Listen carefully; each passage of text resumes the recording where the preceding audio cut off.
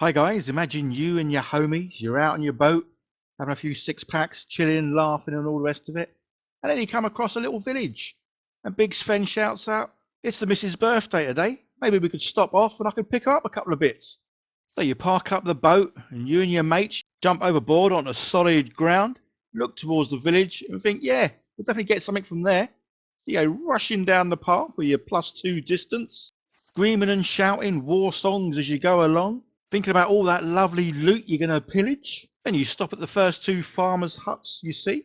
You go rushing in with all excitement about what you're going to loot to make Sven's missus happy. And you all get there and you're looking around and you're like, hold on, guys, there's nothing here. It's just a couple of huts and a load of ground. Well, this is a bit pants. So, yeah, this is where you think, well, there's nothing to be seen, nothing to be had. Guys, let's get back on the boat because clearly, well, someone's forgotten to put some loot around this place. So, all you go back thinking, oh, Sven's missus ain't going to be happy. So, getting back onto the road for that +2 distance, whizzing down the path, getting back to the boat, jumping on, and well, going back to town empty-handed.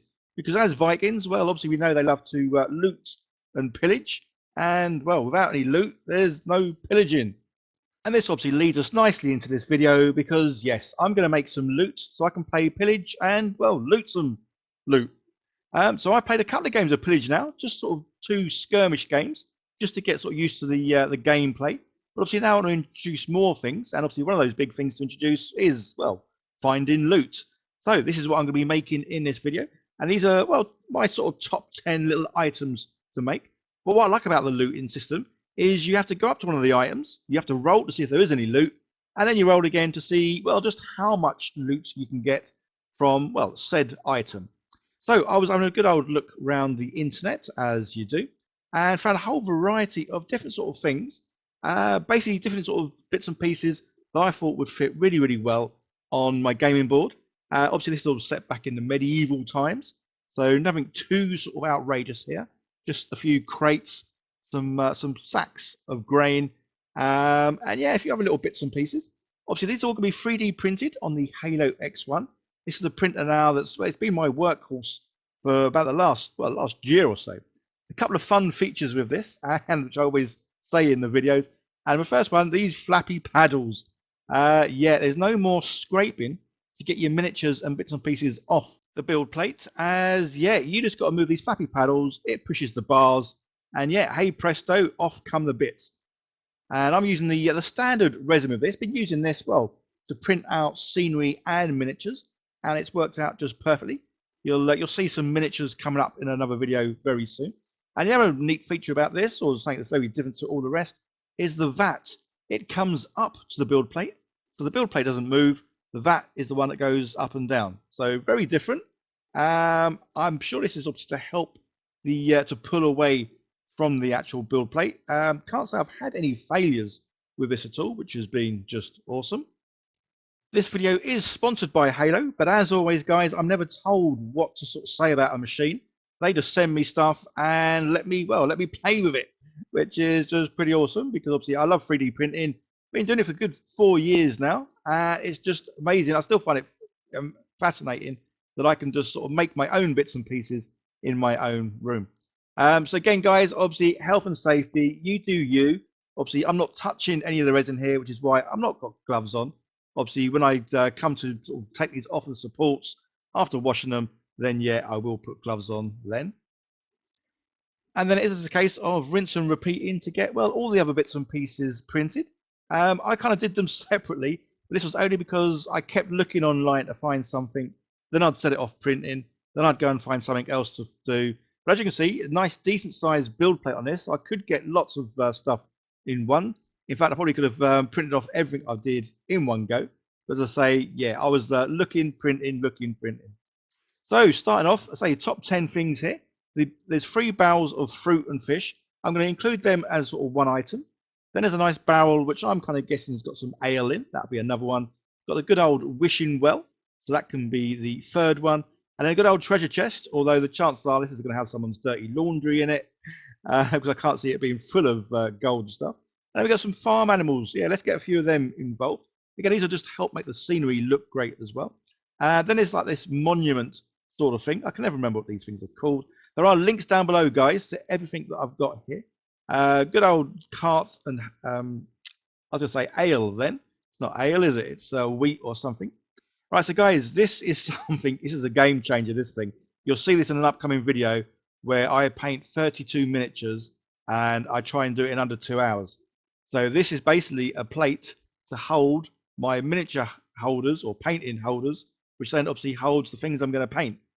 So those who are keeping track will know that obviously there's going to be 9 items here I'm going to show. Got some little chickens, and then some sacks of grain.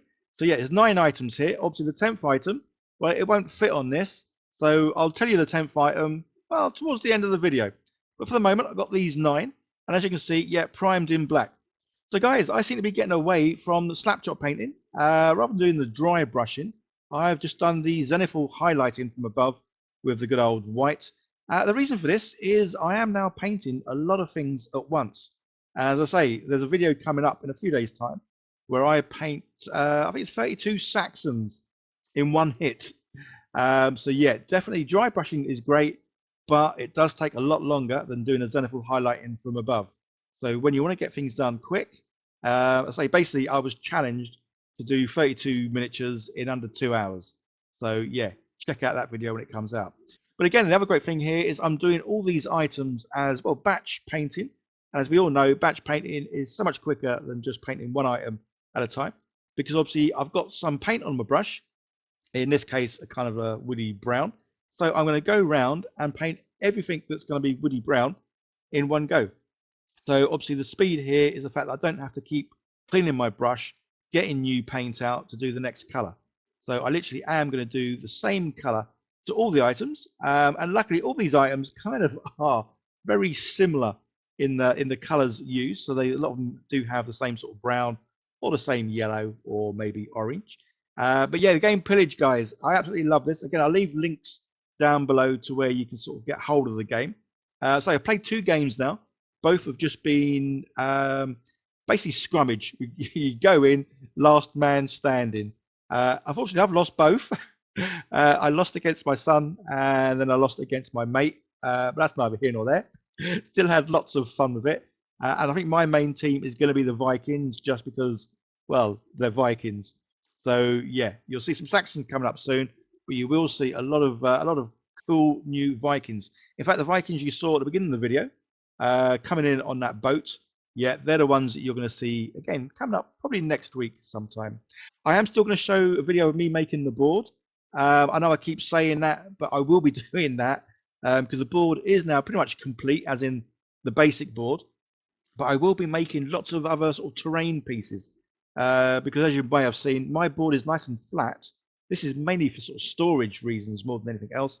But I want to make some sort of like cliffs, some raised areas, some hills, and just obviously add some more fun to the whole terrain bit. Obviously, I have got the little river going through the whole thing with a bridge that goes over it. Absolutely love that because I love the fact that the bridge I've got, you can take that out and then put a broken bridge in, so you can't then cross it, which is pretty cool. So, say as you can see, yeah, just painting them. Very simple, using speed paints and dipping inks. Obviously, absolutely love speed paints, dipping inks. Make life so much easier. They really do add obviously a lot of contrast. As you can see here, just got to go over it once, and you can see in the recesses, nooks and crannies, it pulls up nicely, so it's a lot darker, and obviously raised areas, yeah, a lot lighter. So it really does take all the hard work out of painting, and obviously this has been a big game changer for me.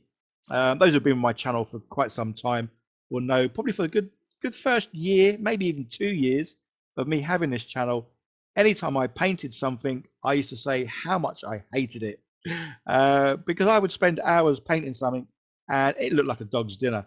Whereas now speed paints, I can just whiz around something.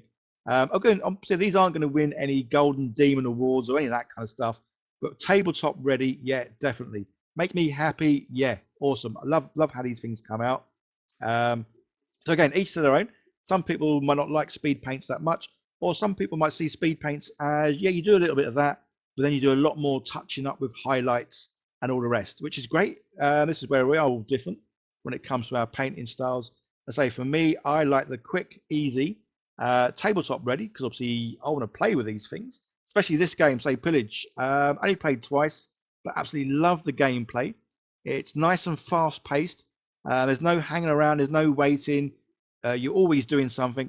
Plus the fact, obviously, say you can play the 2-player, but you can also play multiplayer with this.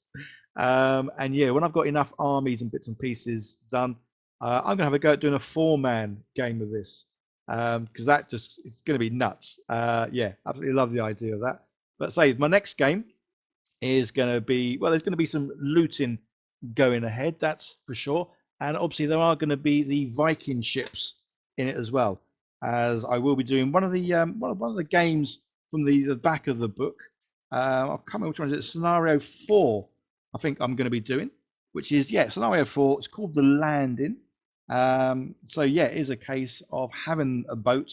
The Vikings come out of it, and then you're going to be doing, well, just doing some looting, which is why obviously I've made all these items. That's the thing. I like the fact that when you do loot, it isn't necessarily a guaranteed you're going to find something or get something from all these loot markers. So you'll space these out all over the board. You have to go up to them, your base touch their base, and then you need to roll to see if it actually contains any loot. So again, I mean, that's going to make for some fun gameplay. Running up to something, obviously whilst being attacked, trying to find out if there's any loot, and then obviously being disappointed when you fail your roll and there's nothing there. But again, another great feature of this game. So yeah, check out the links down below to where you can find out more details about the game Pillage. And say if you're interested in doing some 3D printing, yeah, the Halo X1. So I've been using that now a couple of years probably. Absolutely awesome printer, works really, really well.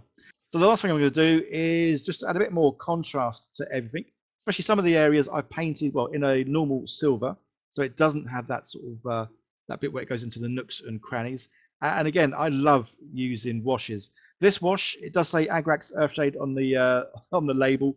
It's a variety of all sorts. I must admit, whenever I've got low on any of my washes, as in there's not much left in the bottle, I've just put it into this bottle. So this one does contain a bit of all sorts. So again, this is, guys, if you've watched a lot of my videos, I do go heavy-handed with washes sometimes because I really like the dirty down look. I like things to look weathered, cream crackered. They've seen better days is what I'm kind of getting at. So I am heavy-handed. And I think my washes sometimes turn into baths. But again, this is how I like things to look.